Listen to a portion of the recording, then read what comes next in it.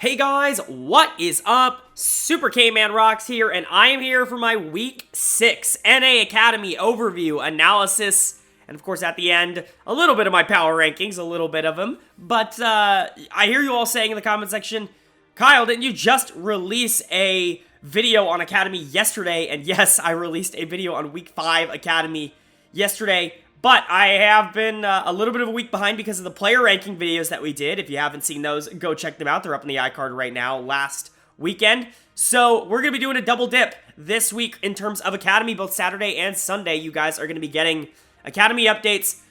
This is week 6, so I hope you are excited for that. If you are, let me know down in the comment section below. We've got 10 series to get into, and I'm excited to get into it. So let's not waste too much more time, and let's jump right into our first series of the week. And our first series of the week here, our first series of day 1, was Immortals Academy taking on Evil Geniuses Academy. A really fun series here between two teams that I think have relatively been on the same wavelength over the past few weeks. Obviously, Evil Geniuses I think is starting to outperform a lot of what they have done recently, and Immortals has done the opposite. They've really started to regress, I think, from a lot of what they were at the beginning of the year. But that's going to continue, just basically straight up here. Game 1 was actually relatively close. Both teams kind of had some back and forth, but in the end, Tomio was able to control the map quite a bit, get some resets on Viego, and do a lot of damage in those late fights. Kaori's positioning on Aphelios is really good. Smoothie also had a really good game on the Renata. And then in Game 2, it was actually a pretty similar story, except you didn't have to wait until late game. Early game, Tomio was just able to get ahead. Kaori had a pretty good game here on the Zeri, and then Surti just kind of dominated the top lane matchup here on the Shyvana, which is a pick that we've seen being pulled out a little bit more often now. But yeah, honestly, a great win here for EG, and especially for Tomio, who has continued to get better, I think, as the season has gone on. I was very concerned with how Tomio was playing for a majority of not only this season, but last season as well. He very much seemed like a prospect that was super exciting to watch, and someone I was really excited to see grow in an Evil Geniuses system that has notoriously been able to pump out some pretty good talent. But he just didn't seem to have the development track that I think a lot of other players had in this system. He's really picking it up in the last couple weeks, so he's really seemed to have figured out a lot of the kinks, and it's really attributed a lot to what this Evil Geniuses team can do to win a lot more games, because they have really started to win a lot more games. This was a team that I think was close to the bottom of the power rankings and the standings for a majority of the season. Obviously, pretty consistently ahead of the bottom two here of Golden Guardians and TSM, but definitely below that big crop of teams that I would consider B tier. They were clearly worse than them, I think, for a lot of the season, but right now I think they are right up there with them. They're playing like it. A lot of that's going to be due to how well Tomio's playing, how well Surti has come along, someone who was also, I think, pretty up and down, mostly down at the beginning of the season, has had a really good last 2 weeks, and hopefully he can continue that. And then the carries of this team, Kaori and Smoothie, continue to grow and be better. Obviously, they're the veterans of this team. Them and Saligo are the ones that you brought on this team with the expectation that they would help you get wins now, and that would help facilitate the process, but Kaori and Smoothie definitely have been a very, very good bot lane for this Evil Geniuses team. Better than pretty much anybody would have expected. He's come in, Kaori, has come in and kind of been one of the best Academy AD carries, and I think he could fill a very similar shoe to someone like Luger and what Luger has done in the LCS. I think he could fill a very similar role to that if he were to get an opportunity like that as well. But that's the good of Evil Geniuses. Let's talk about what Immortals what's going on with them, because there's quite a bit going on with them, they're on an absolute tailspin right now. They are 0-8 in their last 8 games, which is abysmal. Like, it's awful. This is a team that started off pretty well, and obviously they had a very good spring as well, but man, whatever happened in spring to this Academy roster when they got their time, or especially Arrow and Joey when they got their time on the main roster, it just ruined them, because they have not been the same players ever since. They have come back and they've just been meh. Like, this was one of the best Academy bot lanes in the region, and they are just not anymore. They are not very good right now. Joey's going to get my dud of the series here. He was even having a pretty good split up until this point. Arrow, I think it's been up and down, but Joey, I thought, was even having still a pretty solid split so far for Immortals, but this was just not it. The 2 games of Nico were just not it. Obviously, I get the idea of wanting to throw Nico in with the so the double ultimate combo if you want to do it, but it just certainly did not work here. You have to win lane to do that, and you didn't win lane in either circumstance, especially Game 2 here. Game 2 was very rough for this Immortals bot lane. They just got completely clapped by the Zeri Renata. Not to say everybody on this team played bad, though. I still think Pretty continues to be kind of the shining light of this Immortals Academy team, as he probably has been for most of the year. He's probably been their best player, and he shows that here in Game 1 on the RE, keeping Immortals in it, when they really shouldn't be. Arrow was okay in the first game. I'm not going to say he was bad, but really it was Pretty. I think that was really keeping them in that game with his RE plays. And he continues to be, I think, an LCS candidate. Obviously, I think he's good enough to play. I'm not sure he has the upside to be like a very good LCS mid laner or anything like that, but for me, he's probably in the top 2 to 3 Academy mid laners right now, and he continues to prove that even when his team isn't showing up around him. But outlook-wise for these 2 teams, Immortals sucks. Like, they're just on the downturn. They're imploding all around themselves right now, and until they figure something out, like, this is worst-case scenario. And then for Evil Geniuses, it's kind of the opposite. They're figuring shit out. That's going to be a really good momentum heading into, we're hitting the end of the season here and heading into Proving Grounds soon. It's going to be interesting to see if this team can contain that momentum and continue to move it forward. If Tomio and Surdy can continue to play like this, Kaori and Smoothie continue to be a good bot lane, this could actually be a pretty sneakily good Academy team.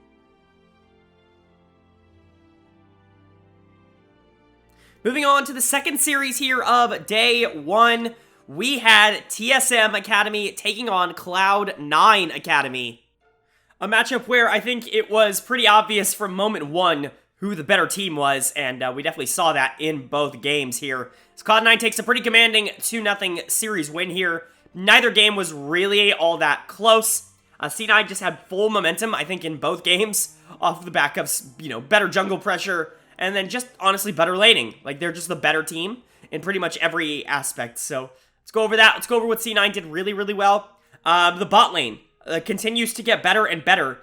They were really struggling, I think, at the beginning of the year when it came to Academy. Obviously, they had that stint in the LCS where they weren't so good, and the team wasn't winning, and obviously, I didn't want to blame it all on them, because there were a lot of players on that team that were playing bad, not just King and Destiny. But King and Destiny, of course, are going to get the flame for it. They come back to Academy. They definitely look a little bit more shaken, but they seem to have regained a lot of their confidence here, and they had a really good series here against Tactical and Mia. Destiny is going to get my player of the series here. He really controlled the tempo, I think, of the entire series, not just the bottom lane, which was really, really impressive to do. Obviously, the Zillion pick we know can be very influential on the map if it's done properly. We don't really ever see it done properly, but Destiny had a really good game in Game 1 on it. And then a very, very strong game on the Lucian Nami bot lane here in Game 2, where they just obliterated Tactical and Mia. There was really no other way to put it. Their lane, obviously, picking Kog'Maw Lulu into Lucian Nami is certainly a draft choice. Certainly not something that I personally would have done, but they did it anyways, and they got obliterated for it. So, yeah, it's kind of hard to blame Tactical and Mia entirely for that. Obviously, a little bit, absolutely. And for Game 1, you definitely can blame them, but man, playing Kog'Maw into Lucian Nami is just it's a really difficult task. So I don't exactly blame Tactical too much for having a ton of trouble there.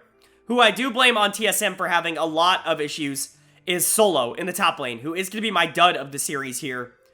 He's just not been good since joining TSM.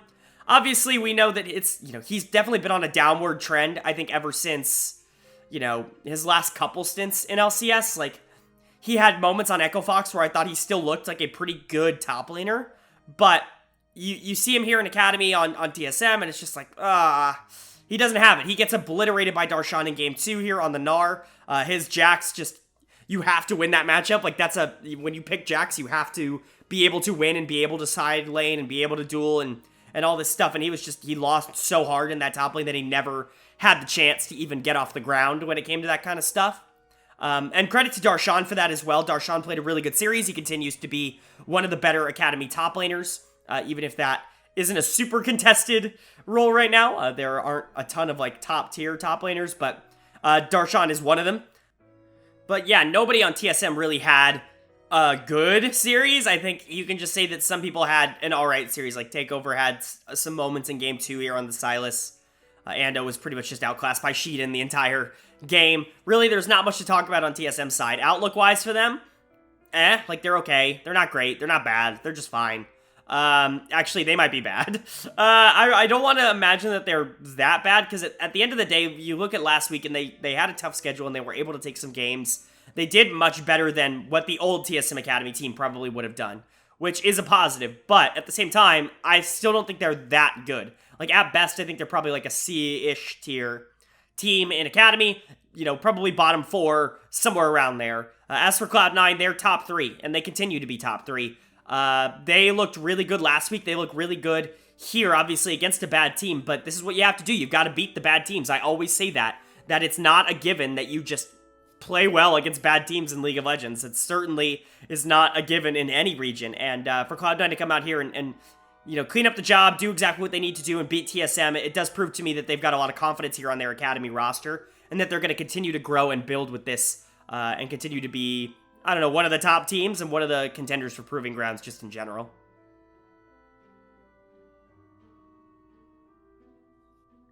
All right, moving into our third series here of day 1, we had CLG Academy taking on 100 Thieves Academy in a matchup between two teams that I think are on the upswing, some upper tier, I think, upper half at the very least. Academy teams here, they split it 1-1, and both teams look good and bad. Both teams definitely have their strengths, and I think both teams definitely have their weaknesses here. Let's start off with 100 Thieves, because they are able to take the first game here in relatively okay fashion. Not perfect, certainly not perfect, but for the most part, I think everything here was pretty good for them. If we're looking at, like, the main driving forces for what they wanted to do in this series, I think a lot of it, and a lot of, you know, their season, has kind of come back to Will. And Will continues to be really, really, really good for 100 Thieves. He's going to be my player of the series here. Their Game 1 win was, you know, very much off the back of Will creating so much pressure across the map. Obviously, BMFX and Busio helped out a lot with that, but Will creating a lot of that pressure on the Wukong, a pick that we have seen pretty comfortably over the course of this split, is his best champion, or at least is his best champion in the current meta. Something that he feels very comfortable picking into pretty much any matchup, and he does really well on it here. It really is getting to the point where I would like to see him on other things as an analyst, because I want to make sure that he can, you know, be as dominant on other picks as he is on Wukong right now. But another really good series for him, not only in Game 1, but even in their loss on Game 2. He was very, very close to keeping that game in 100 Thieves' favor. So, shout out to Will. He had a really good series. Although, the dud of the series for me is going to go to a player on the same team here, still on 100 Thieves. That's going to be Jimmy in the mid lane.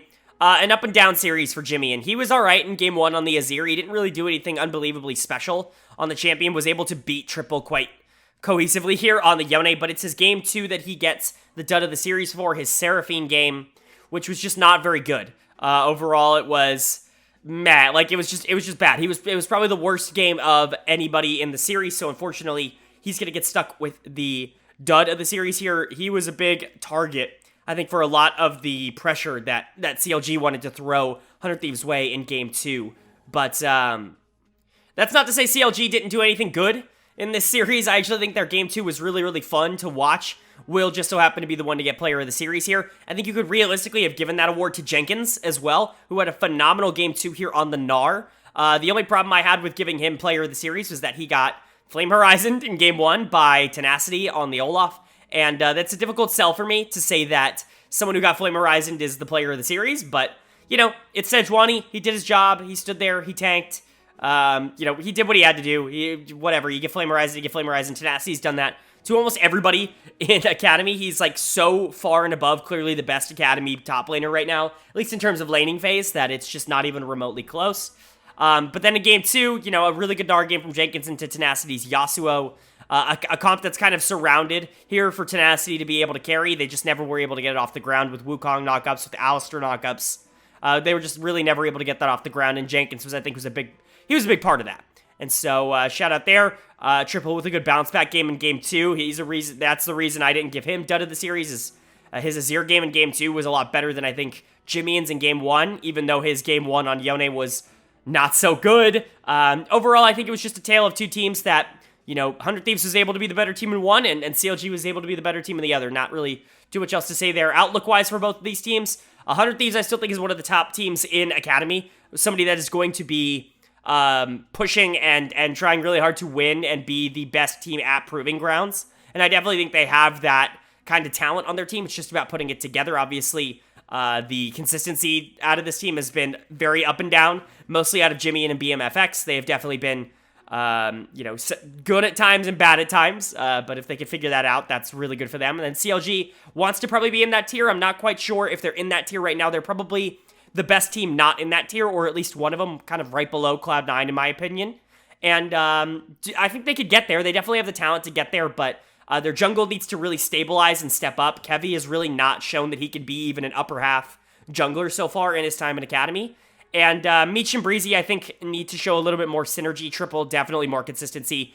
When he's on, he's really on, but when he's off, he's off. So it'll definitely be interesting to see what happens with CLG. Do I think they could get to that upper tier by the time Academy is over? Yeah, I think they have a couple more games to kind of show that they're there, but right now they're just not quite convincing enough for me to put them up there. Jumping into our fourth series of the week here, we had Golden Guardians Academy taking on Dignitas Academy to a win for Dig. A couple of roster changes here, though, that have finally gone through. At least on Golden Guardians side, they've got to feel very happy that they finally have their Academy mid laner in. I mean, you've only got 2 weeks of games left, but at the same time, I guess you've still got all Proving Grounds, but you finally have your Academy mid laner here in leader in. He's in. He's here. Ryoma is out. Leader is in. And he was okay here. He had a pretty rough game one, as did a lot of Golden Guardians in a decently back and forth game. But in game two, he was a lot better. He was actually probably the driving force for this Golden Guardians team in game two. And then for Dignitas, you actually make a substitution on your main roster here. Neo is out of the main roster. Spawn is in. Spawn has been, I've talked about it on this channel quite frequently, probably the best player in Academy this split. I mean, you could make a case between him, like Yeon and Ayla, right, as like the three best players. Will's probably in that conversation, but for me, Spawn has been the best player in Academy this split. He's been genuinely phenomenal for this Dignitas team, and he gets his opportunity up on the main roster for a team that's really struggling. Neo down here in Academy now, going to be playing with JJ. I like this move for them. Hopefully this can inspire Neo to get some of that confidence back that he had when he was with Afromu back, I believe, last year. Maybe it was the year before. I can't even remember at this point. Whenever he was with Afromu, yeah, Dignitas with a 2-0 series win here, and they look pretty good doing it. Obviously, game one was kind of a bloodbath for Dignitas. They kind of went on a killing spree here in 24 minutes. It was pretty fun to watch, if we're being honest. XU and Insanity just linked up so well in that game and were able to take over. Insanity with those resets on the Vex, I think he had like 12 or something kills. Like, he was really dominant on the Vex, getting those resets. Easily player of the game in game one. And then game two was just all XU all the time on the Viego. Was able to take over the whole map very similarly to how he did in game one. But he was the one, he was going to get the goal. It was going to get the kills, going to get the gold in this one on the Viego. Was able to get the resets and did a really good job. XU's going to be my player of the series here. He's definitely had an up and down split here for Dignitas, mostly down after a very good spring where I thought he showed that he could potentially be one of the next up-and-coming NA, like, jungle star talents. He really cooled off a lot in summer for me here. Even on a team that was doing better, I think this Dignitas team is better, and I think he cooled off a lot in that respect. But he was really, really good in this series against, granted, one of the worst Academy junglers, in my opinion, in Acadian so far this year, who has just kind of been a huge letdown. But, it's still good to see him be able to control the map and do things well from ahead and be able to carry like he did in game two on a champion that is able to get resources and do that. Neo and JJ looked fine. They didn't really have to do much in this series. JJ, I thought, was really, really solid on the Braum in game one. It's really hard to look, like, dominant on the Braum, like, have a really fun-looking game on the Braum, but he did that in game one. He was really, really solid. And then Hoon continued to just be there in the top lane. Not really a positive or a negative, just kind of there. For Golden Guardians, not the best look. Obviously, like I said, leader looked kind of meh at best. In game one, he was dying a lot, but obviously so was Acadian. Like, Acadian was a huge problem for this team in game one. He was an issue in game two as well, getting just completely out-jungled by XU and out-pressured. He's going to be my dud of the series here. He's gotten that quite a few times throughout the season for Golden Guardians. He's just not, I don't know, I hate the term, like, doesn't have it anymore, or past your prime, or whatever, right? Like, because who am I to say that? Obviously, you can still always get better, especially at League of Legends. Like, it's really just about the amount of time that you're willing to put in. And, you know, whether or not you can upgrade your skills, like, you know, the amount of time you spent playing usually doesn't hinder how good you can become in the future. But for Acadian, this is not the same Acadian. Like, this isn't the same Acadian that we saw last year. It's not the same Acadian that we've really ever seen. This is the worst version of him that he's been in quite a long time in Academy. He's a bottom 2 jungler in Academy right now, and it probably will stay that way for the rest of the split. Prismal continues to not look good in his role swap here in support. Array is fine. I always say that. He's whatever. Concept is whatever. This Golden Guardians team just isn't very good. Leader's joining a team where it feels like he's going to have to be the primary carry every single game for Golden Guardians, which they need because they haven't had that up until this point, but they don't really have anybody else on this team that can be a primary carry, or at least that has shown that they're able to be a primary carry at an Academy level. So it's really going to be up to Leader to do that. Obviously, he tried in Game 2. It didn't quite work out for them. In Game 1, he wasn't there, so they didn't really have a chance. That really is what Golden Guardians feels like as a team right now, and that's unfortunate to say, but it's probably the best they've got. Outlook-wise, they're probably the worst team in Academy. They continue to be the worst team in Academy. They continue to just not really have a lot of avenues for winning games, if I'm being completely honest. As for Dignitas, a good team. They're not a bad team by any stretch of the imagination. A competitive team that I think will have an interesting showing at Proving Grounds, and I think with Neo here, it could definitely be a more interesting conversation. I was always talking about with last week with how Spawn was getting called up, how it'll be interesting to see how this team reacts to not having the player that they've played through the entirety of the season. Obviously, I'm not saying that you can't play through Neo, because you absolutely can. He is a good player, but you don't have a lot of experience doing that in scrims or anything like that. Maybe he's not the same kind of player. XU and Insanity definitely stepped up in this series to show me that there is an avenue where they can still be a pretty high-quality team without just relying on Spawn. But obviously, we're still going to need to see that against a team that maybe just isn't Golden Guardians. So we'll have to see that in the next upcoming couple of games here for them.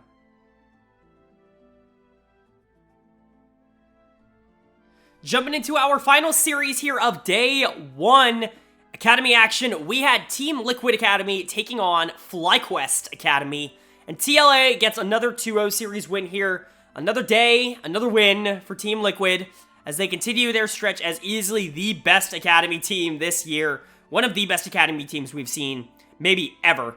This is like a very scarily dominant roster. Obviously, I can only talk about their superstars so many times before it starts to get redundant. But Yeon and Ayla are so good. Like, they're just so ludicrously good. Ayla's gonna get player of the series here. Yeon was awesome. They're just so good. And I want to throw Hyeri in there as well, because Hyeri does deserve to be in that conversation. Yes, I don't know if he's quite like Yeon and Ayla are a top 4 bot lane in North America right now. I'm not sure Hyeri is like a top 4, top 5 mid laner or anything like that. But all 3 of those players are like a genuine LCS talents, like people who could be in the LCS right now and be productive for a winning team. And it shows. Like, they just dominate everybody in Academy, even the people who play well. Like, Spirax has been having a pretty good year. Hyeri just obliterates him. It's not even close. So, yeah, I mean, honestly, like, those 3 players are so ludicrous. You know, I talked about this in yesterday's video, I guess last week's video, whatever you want to call it, last Academy week's video. But, all of the TSM fans out there that are just saying, like, oh, just go buy Yeon and Ayla. I don't know if I am the one who has to break the news to you guys. But you can't afford Yeon and Ayla. With, just everything that we're hearing right now, obviously, they've been offered quite a few spots in LCS by pretty much any team that wants, that could use a bot lane right now. They've been offered spots, and they have turned them down because they want to work with Core JJ for the rest of the year. They're going to want to get a much bigger spot in LCS come the start of next year. And I don't know how to tell TSM fans this, but right now, I don't know if you can pay $6 million, which is probably what it would take to get Yeon and Ayla out of Team Liquid. I don't know if you can pay that for a bottom lane. Like, I just don't know if you're gonna be able to shill out that kind of money. Like, there are a lot of people that I don't know if they truly believe that it's gonna take $4, $5, $6 million to get Yeon and Ayla. It will. It absolutely will. That is what they are going to be priced at for Team Liquid. And Steve's going to be happy taking that to the bank if somebody wants to pay it. But at the same time, like, you're not just going to be, they're not just available because they're in Academy. Like, they are an asset that Team Liquid is holding on to and will sell for probably a lot of money. And if you're not willing to give up, like, a shit ton of money, then you're probably not going to get Yeon and Ayla. It's not as simple as just, oh, they're in Academy, just go grab them. Which, I don't understand, like, why so many fans seem to think like that. They are not available at the moment. But, shout out to the rest of this TL team. Like I said, Hyeri was really good. Bradley was actually really phenomenal here in Game 2 on the Shyvana, a pick that I actually think could be really interesting for him in the long run. He does go the full tank variant, which I do like. It really does shut down Gangplank, like, almost entirely.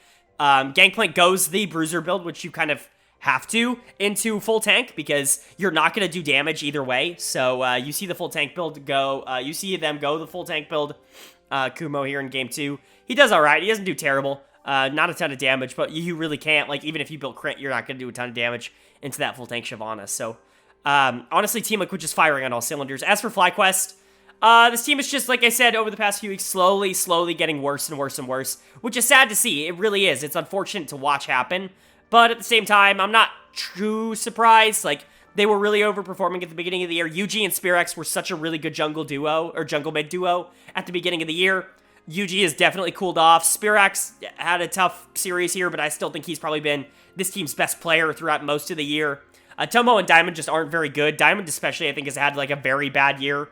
He's going to get my dud of the series here, just outclassed by Ayla in pretty much every respect. Not to say that that's a complete L on the side of Diamond, just because, you know, being outclassed by Yeon and Ayla isn't exactly new to anybody in Academy right now, but at the same time, it's definitely, like, Diamond's not been a very good player so far this year. It definitely doesn't look like he is as motivated. Him and Tomo just aren't a good bot lane. I would definitely not expect to see both of them together for FlyQuest Academy at the beginning of next year. Certainly not something I would expect. So, yeah, outlook-wise for these two teams, FlyQuest is probably at the bottom of, like, this mid-tier group.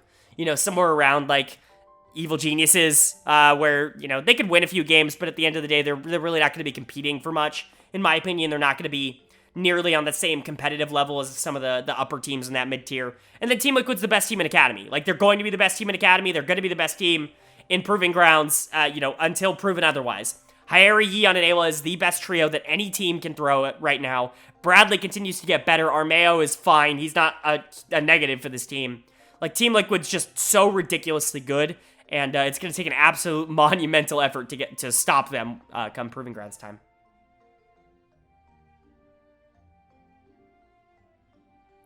Jumping into Day 2 now of Week 6 NA Academy action. We kicked off Day 2 with a matchup between Immortals Academy and Golden Guardians Academy. Two teams that are certainly on the downswing as of right now. And Immortals snaps their 0-8 streak with a 2-0 win here against Golden Guardians. Nothing like a game against Golden Guardians to set your motive and your mental back right on track. So, yeah, I mean, Immortals looked pretty good in this one. Game 1 was a blast. This is for sure the game of the week. If there is any NA Academy game you go and rewatch from this week, you go and watch this game 1. 34-30, it goes 50 minutes, an absolute bloodbath. I've never seen such a solo queue game be played in professional. It was awesome. It was really, really fun to watch. But Immortals is able to take it off of the back of Vital just doing, I don't know, like a metric billion ton of damage here on the Gangplank, even without, like, a full crit build. Like, he's still doing so much, like, damage. It hurts. It hurts to watch him do it. Really, really good game from Vital here towards the end. Arrow was able to position well on the Aphelios. Some good engages by Joey on the Amumu at the end there as well. And then game 2 was really all Immortals from moment 1. Chad had a very good game here on the Viego, and Pretty had a very good both game 1 and game 2 here on the Talia. Pretty is going to get my player of the series here.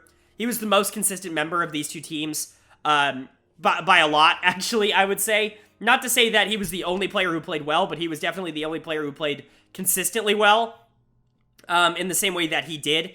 He was very good on the Talia in both games. He's just that player for Immortals. He's the consistent best player on this team right now, and he shows it pretty much every game that he plays. He shows up, and he does a lot of good things for this team, macro-wise and carry-wise. Like, he can carry as well, but he's a very good player that sets up a lot of what this team wants to do, just most of the time.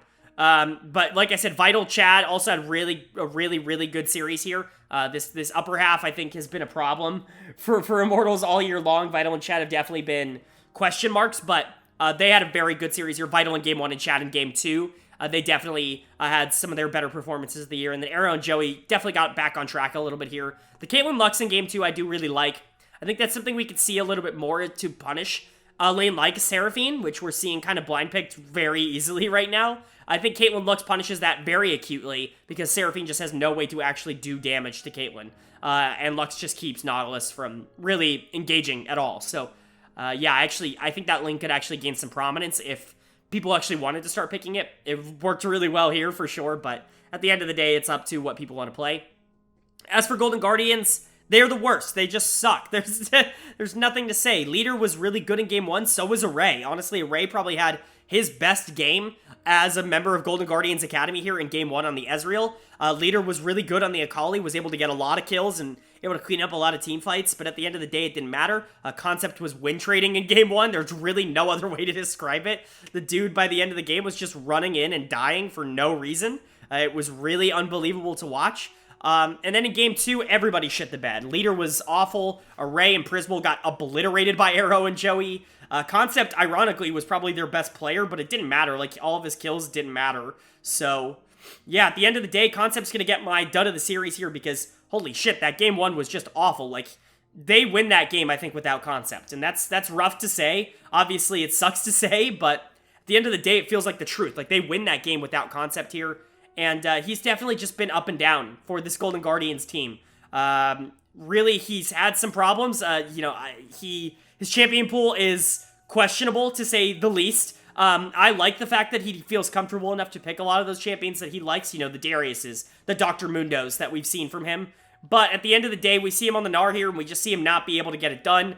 He's been a problem for Golden Guardians. He's lost them quite a few series this year, and I think it might be better for, his development if maybe he spent a little bit more time in Academy. It just doesn't seem like he's quite ready for this level yet. I'm not saying he could never get to this level or anything like that, but it certainly doesn't seem like he's there at the moment. But if you have to look for positives, like I said, Array had easily his best game of the split in game 1 here on the Ezreal. And then Lighter comes in. Leader, sorry, I call him Lighter, I don't know. We have Lytle around here in terms of shops, and so I'm just so used to saying that. But we have Leader coming in here, and he was able to do a lot on the Akali. We're not going to talk about his game 2. We're not going to talk about Array's game 2. But, they did show some things in game 1, and they were a big reason why that game was super interesting to begin with. So, not all negatives here for Golden Guardians. Certainly a better showing than they've shown in a lot of other games here in game 1, but at the end of the day, still no wins for them. Outlook-wise, they're the worst team. Immortals isn't too far behind them. A win here is definitely going to be exciting for them, but at the end of the day, it's against Golden Guardians. Like, how much can you really celebrate that at this point in time? This team is a disaster. They're 5-25. So, yeah, I mean, not looking great for either of these teams, but Immortals is going to be happy that they were able to snap that 0-8 losing streak, because holy crap, that was as depressing as it gets.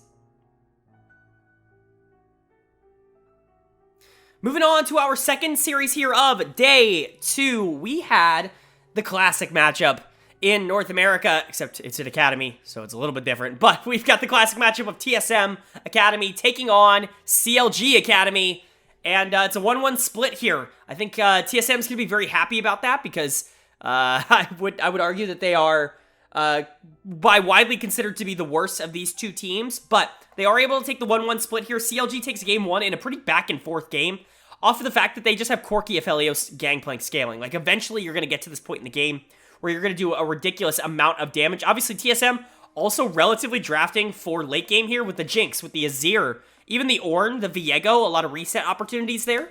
But, CLG plays a little bit better. Triple is able to do a lot more damage in those team fights than Azir is. And Aphelios is able to do a lot more damage than Jinx is. So, unfortunately, you get to that point in the late game, and CLG is just able to win it from there. As for game 2, was very much TSM from moment 1. They were able to jump out to a lot earlier of a lead here with the comp that I like a bit more in response to what CLG was able to do here. The Sylas was huge. Takeover on the Sylas was phenomenal in that game too here. So was Anda.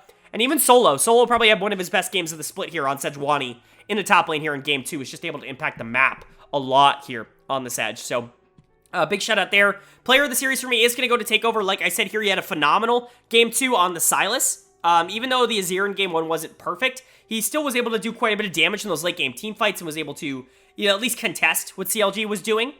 But, you know, shout out to Anda. I really think Anda joining this team has made Takeover a better player. You're able to see it here. The mid-jungle duo is so important right now, and it has been important for quite a long time, that those two have a good synergy together. And Takeover and Hyper just didn't have that. They were stifling each other. I think both of them looked like worse players because of each other. They just didn't have that synergy. Anda comes in here, and I think he fits a lot better with what Takeover wants to do. And those two have really, you know, connected, and I think formed probably the strong point of this TSM Academy team as of right now, which is Takeover in the mid lane and then Anda supporting that. So I definitely think that's got to be the biggest upgrade TSM has made all year long. Like I said, Solo had one of his best games. Tactical and Mia were fine. They didn't really do much, but they were fine. TSM was looking a lot better in this one. This is another series where I think TSM has a lot of positives to take away. As for CLG, they look okay as well, especially in Game 1 Triple and Meech, obviously, in those late game carries were able to do a lot of damage and able to help that team win. They weren't always going to be in a position to win that game, but Triple played really well on the Corki, so shout out there. He has those games. I've talked about it. I love Triple on this channel. I think he's a very good player. Game 2, they weren't quite up to snuff, though. It wasn't quite a blowout. Like, it was still relatively, like, you know, they didn't get obliterated or anything like that, but at the end of the day, they did lose Game 2, I think, a little more decisively. And a lot of that was just thanks to the fact that I think Anda was able to get ahead early and able to get Takeover ahead early. They weren't really able to do much from there. I'm not really putting a lot of blame on anybody. Unfortunately, I do have to assign a dud of the series here. Honestly, nobody really played that bad in this series. I thought everybody was relatively good, all 10 players on both sides, so it's a little tough to give out a dud of the series here. But for me, it is going to go to Kevy, who continues to just be the weak point of the CLG Academy team, mostly because he fails to command map pressure, I think is really the way I'll put it, is he struggles, even if he is making plays, he struggles to ever be fully in control of the map like we see some of the top junglers in the region be able to do. And so he can get exploited for that, which he did in Game 2 by Anda and by Takeover. Takeover's really everywhere in Game 2 as well. So Kevy just has to be a little bit more aggressive. I think he has to be a little more assertive with how he plays the game. This jungle position has been a problem for CLG Academy all split long. Hopefully they can figure it out. Obviously, Kevy coming in for Rosethorn. He's been fine. He hasn't been a huge upgrade here, if an upgrade at all. Honestly, they've played relatively similarly to each other, I think, so far in summer so far. But, you know, hopefully Kevy can improve. He's had a little bit of time to train with the team now. Hopefully he can continue to get better. Triple was the bright spot of CLG Academy, in my opinion, in this series. He continues to be the bright spot for CLG Academy. He continues to be their best player. And that's really, really good to see. Triple, someone who we've seen some development track from in the past in Academy. Hopefully he sometime gets a shot in LCS. I think he can really do something with it. But outlook-wise for these two teams, I think both of them are mid-tier teams. Like, CLG maybe closer to the upper end of that echelon, even if TSM looked a little better in these two games. I think that's mostly just because CLG really hasn't figured out their playstyle with Kevy yet. Once they do, I think Triple and Jenkins as a solo lane duo is going to be very difficult to stop. Meech and Breezy get better every single week together, and that's very, very fun to see. If Kevy can solidify himself, CLG's a good team. As for TSM, they're fine. Honestly, they're better than they were, a lot better, I should say, than they were before these roster changes. They're probably a relatively mid-tier team now. Maybe a bottom of that mid-tier team, but still, like, that's got to be a lot higher than what they were for most of this season up until this point. They're going to be happy to see how Takeover's playing, how Anda's playing. Even if Solo, Tactical, and Mia haven't exactly hit the highs that you expect from them at this point yet, the team is definitely better off with this roster than they were before. Moving on to our third series here of Day 2, we had Team Liquid Academy taking on Dignitas Academy. Battle of two teams that I think are definitely pretty good right now, and they split 1-1, which I think a lot of people are going to be surprised about. Team Liquid dropping games is not frequent, but they certainly dropped one here, and they dropped it. Like, they lost. They lost Game 1. Let's be clear about that. They did not look like nearly as good of a team as they normally do in Game 1, which is kind of, in a weird way, exciting to see, like, this team struggle a bit, because maybe we'll get a little bit more clarity on the bounce back ability of this team, you know, the perseverance ability of this team. I don't know what I'm talking about. Dignitas looked really good in Game 1, mostly off the back of Insanity, looking really, really awesome on this Silas. He was really, really good, dominating the map, and just able to take over. Obviously, a very interesting matchup here into the Renekton. I would consider that relatively Renekton favored, typically. even with Renekton being weak, like very weak right now, I think as a general matchup, that's pretty Renekton favored. It was not in this game. Hyeri was abused pretty constantly over and over again by Insanity, by XU. They put a lot of pressure into that mid lane, and Hyeri was not able to absorb it. Someone who's been very, very good all year long was just not very good in game one. And then neither were Yeon and Ayla. Honestly, this was a very interesting game in general, because it really felt like the three pillars of Team Liquid were the three members that were having the most trouble here in game one. Hyeri, Yeon, and Ayla. Yeon did not have a good game one. In fact, he had such a bad game one that I'm going to give him my dud of the series here. His game one on Ezreal was abysmally bad.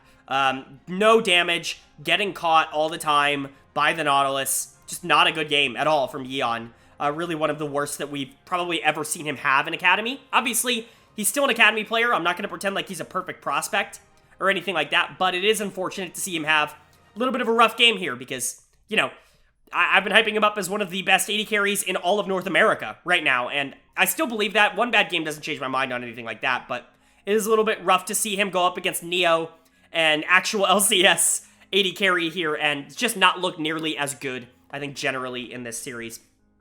Game 2 was a little bit back on track, though. Bradley was phenomenal here in Game 2 on the Fiora. I will note he was phenomenal in Game 1 on the Akali as well. He was a big reason Team Liquid was in that game in the first place. He's pretty easily going to get my player of the series here. Bradley continues to grow and develop. He was a mediocre at best, probably top laner throughout most of the spring split. He definitely had his ups and downs. He has grown a lot, I think, in summer into his role. He's gotten a lot more proficient at being a background player, which, as a top laner, I think is an important quality to have. But when you do put him on the carries, like Akali, like the Fiora, he is able to still capitalize on that. As we saw in both of these games, he was really dominant. He just outplayed Hoon in laning phase and was able to take over, especially in that game, too. It was really difficult for anybody to do anything. Shoutouts to Hyeri here on the Orianna, who had a very good game, and then Ayla on the Renata. Ayla with a really, really fun Renata game in game 2 to give TL that win. But yeah, Bradley looking really good. Yeon, not so much, though, for Team Liquid. As for Dignitas, like I said, big shoutouts to Insanity and Neo for those really, really solid game 1s that they gave this team. Like, this is not an easy team to just go out and compete against and to try to beat, but they did it. Like, Insanity went out on that Sylas and just beat up on Hyeri, and Neo went out on that Jinx and just beat up on Yeon. So definitely something intriguing to see there and something exciting to see for this Dignitas team. A team that week by week and game by game more proves to me that they are close to one of the top teams in the league, probably top 4, which is very exciting to see. I think they're right around that spot with CLG, Cloud9, like right in that area where I think a lot of these teams are kind of fighting for that 4 or 5 spot in Academy. Like, I think they are right there with all those teams, and hopefully they can continue. Obviously, not having a player of the game or a dud of the game here, like, it is what it is. You know, Bradley and Yeon were just very standout, but I still think Dignitas showed a lot of really, really good things here and a lot of exciting things. Hoon continues to still kind of be a little bit of a weakness for this roster. Hopefully he can settle in and be a little more consistent. But outside of that, I really don't have a lot of question marks about this Dignitas team. XU is starting to play a lot better. Insanity is one of the better mid laners in Academy. Neo and JJ are one of the better bot lanes in Academy. I have a lot of confidence that this team is going to continue their role and continue to be a team that I think maybe surprises a lot of people. And while Team Liquid showed a little bit of faltering here, for me, like, they're still the best team in Academy. One game isn't going to change that. And I expect them to continue to dominate and compete at the highest possible level. Like, dropping a game here to Dignitas, like, if this was a 3-game set, I imagine they come back out for game 3 and they beat him here again, just because that's what Team Liquid Academy does. So I'm not pulling the panic button on either of these teams. The opposite, actually. I'm pretty much shooting both of these teams to the moon with how they played in this series.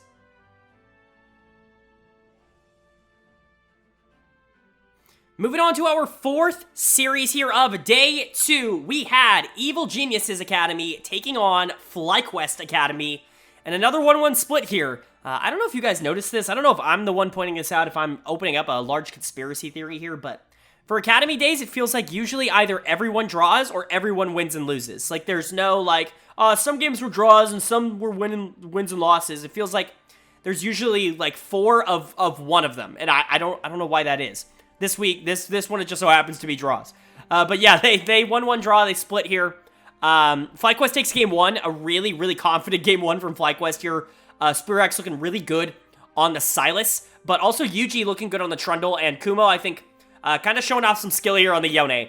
Really do like the Yone pick for Kumo. It's kind of weird to talk about, but Kumo is one of the more mechanically interesting top laners, I think, in the region. I think a lot of people forget that he was a pretty hyped prospect for a very long time in the Cloud9 system before he got his shot in LCS, so there was a reason for that. It's because he could play these aggressive picks a lot better, even though he's probably a lot more well-known for his tank play in LCS, but yeah, I like to see him on the Yone. He looked really good on it here, but really, Spirax and Yuji had a really good game 1. And then game 2 was a lot more Evil Geniuses, and it was a lot more Kaori, it was a lot more Smoothie, a lot more Soligo, and a pretty good game from those 3 in particular, most notably Kaori, who had a really, really good one in that second one. What a shocker, Kaori being good and being the carry of this Evil Geniuses Academy team. But let's talk about FlyQuest in general first, because I think they looked like a little bit of the better team here. Even in game 2, I thought it was relatively close, mostly because Spirax just had a really good game 2 here on the Akali.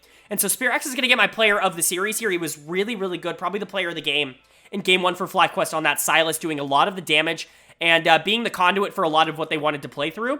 And then in game 2, he kept them in that game for as long as he possibly could on that Akali, being able to pick off targets, being able to trade in team fights. Like, I think his ability to play so far has been very, very shockingly great. He has actually been one of, in my opinion, the better players in Academy all year long. And that certainly says something, because I don't think a lot of people had a lot of expectations for Spirax going into the year. He was someone who was fine in Amateur, but he was never really like a beast. And he comes in here to FlyQuest Academy. They start off relatively slow in Spring Split, but they jump out to a really strong start in Summer, and a lot of that is just off the back of how well Spirax has been playing. I want to give him his due. He's been the best player on this FlyQuest Academy team by a lot, and one of the best players in Academy just in general. But Yuji continues to be good. He had a good game 1 here on the Trundle. Not a perfect game 2 here on the Viego. Got out jungled a little bit by Tomio, but that's all right. Like, still showing signs of progression. Like I said, Kumo looking all right. Tomo and Diamond continue to be the weakness for this FlyQuest Academy team. Hopefully it doesn't last too long. You know, obviously you would hope that them as the veterans, or at least the most veteran members of this team, would be more of the stable bot lane, but they have certainly not been that recently. Definitely been a little bit of a weak point for the team, but it's all right. For EG, they were able to capitalize on that because Kaori and Smoothie continue to be the focal point of their roster here. Kaori with another really good Jinx game here in game 2. We've seen him on the Jinx quite a bit this season, even if Jinx isn't the most meta AD carry, even though she's very much back in the meta in 12.13. Don't mistake that. Even if she isn't like the best meta champion right now, she's still really, really solid. And Kaori was able to completely take over the game on her with that Renata as the support. Soligo had a very bad game 1 here on the Lissandra, was just not able to accomplish anything, getting outplayed by Spirax left and right, but he had a much better game 2. He's someone who's had a pretty down 2022, someone who I think for a long time has been considered one of the best mid laners in Academy, and just never really been given that LCS spot outside of that small time on Dignitas here, but like his Lissandra in game 1 and game 2 were so different. In game 1, like I said, he got just completely outplayed in lane and was just never able to recover. And in game 2, he was everywhere. He was able to affect a lot of the map, was able to shut down a lot of what Spirax was trying to do and what Tomo wanted to do. A big reason they won that game was actually because of Soligo's Lissandra. So definitely a tale of two players there. If he can play a lot more like the game 2 Soligo that we're seeing here instead of the Soligo that we've been getting, I think for a lot of the year, that's going to be a huge positive for EG. And then, unfortunately for EG, the top side continues to be a little bit of an issue for them. Surdy's development track just isn't quite as consistent as I think a lot of people want him to be. He's been really bad over the course of the beginning of this split. The past few weeks, I'll say, you know, week 5, week 6, the beginning of week 6, I'll say, he was really starting to play a lot better. He was starting to feel a lot more comfortable, it felt like. And a lot of that, I think, was him and Tomio both stepping up and gaining a lot more synergy, but he was not very good in this series. He's going to get my dud of the series here, kind of falling back to what he was over the course of the first couple weeks of summer. And it's unfortunate to see because obviously development is not always linear, but you would hope it would be, you know what I mean? Like, you want to see players like this continue to grow and continue to get better, but for Surdy, it feels like it's much more of an up and down roller coaster. So hopefully he can get back to the form that he was in week 5 rather than he was in week 2 sooner rather than later. But outlook-wise for these two teams, both of them are kind of around the same point for me, kind of that lower end of the mediocre team, you know, mid-tier table team status. Like, they're both all right. Neither of them are great teams. Neither of them are bad teams. They're going to be able to put up relative fights, I think, against, other mid-tier table teams, teams like CLG, teams like Dignitas, but they're never really going to be on that same level, in my opinion, being able to compete with them. At least that's how it feels. They both have pretty significant weaknesses, even if they do have relative strengths here for EG, the bottom lane, for FlyQuest, the mid lane. They do have strengths, but unfortunately, their weaknesses do shine through every once in a while, and it just doesn't seem like those weaknesses are going to be solved by the time Proving Grounds rolls around. So yeah, I think both of these teams are relatively in the same boat, but both of them do have some room for improvement. Obviously, if Surdy and Tomio can kind of get it together for EG, if Tomo and Diamond can kind of just not be a problem for FlyQuest, I think both of these teams could get better. It's just right now it's looking like those are good. That's going to be a world that is probably not going to be reached in 2022 for either of them.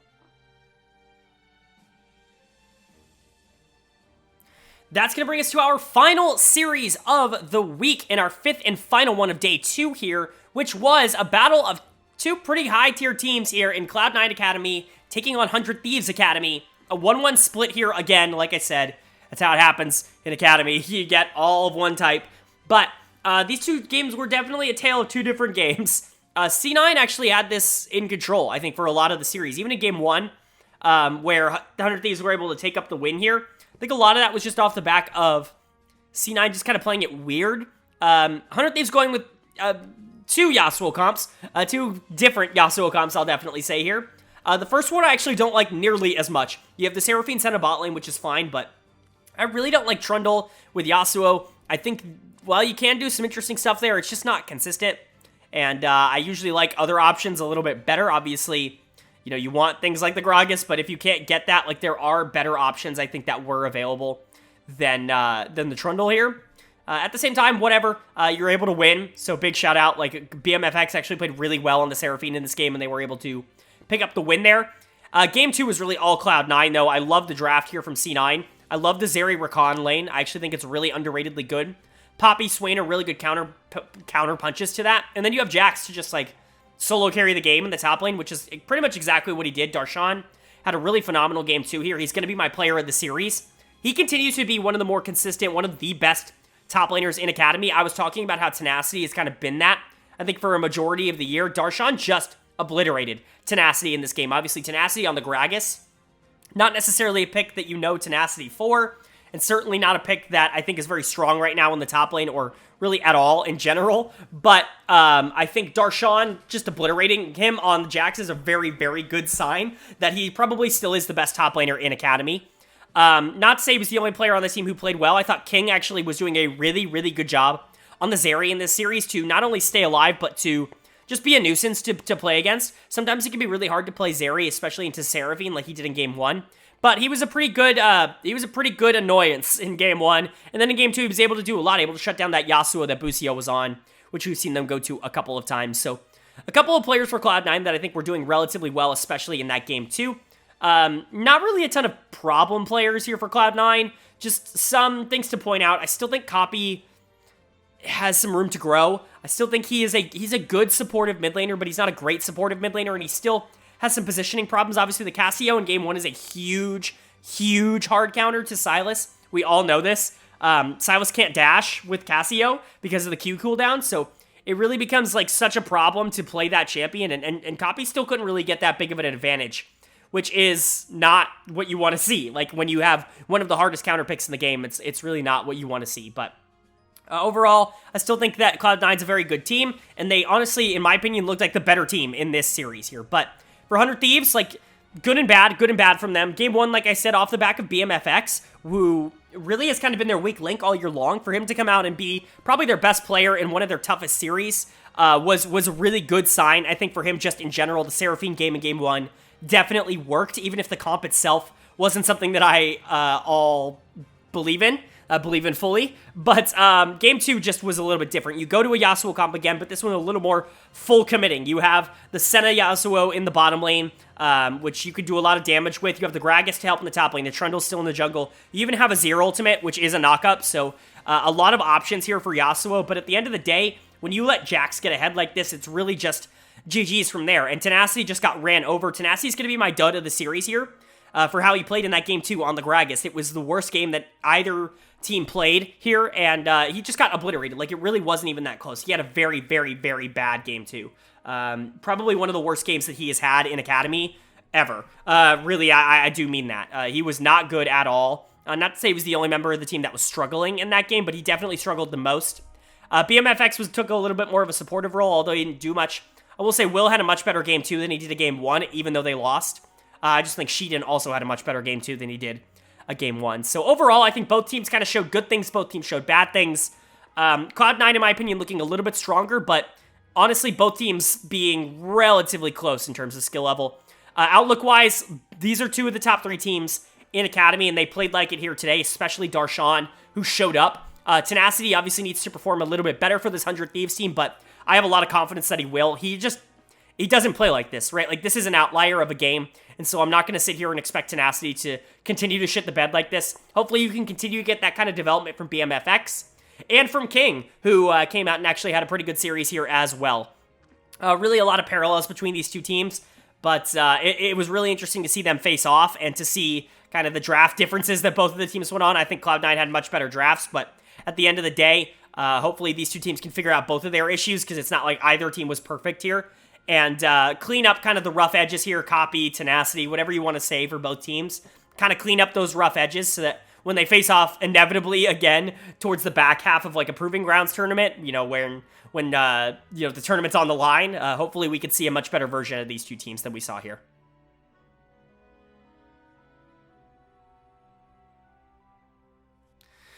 That is going to do it then for my Week 6 analysis and overview of all 10 series across both days of NA Academy. Up on the screen right now, you're going to see the updated NA Academy standings from 1 to 10. In the first column, you're going to see where I personally tier list / power rank those teams and how that has changed from last week to this week. So we can go over the fallers here. There's no risers, nobody jumping up a tier or anything like that. Just some tiers I think becoming a little bit more clear. FlyQuest and EG falling from the B tier down to the C tier. For me, I think that clump from like 6 to 9 is a lot closer to me than Dignitas and CLG are.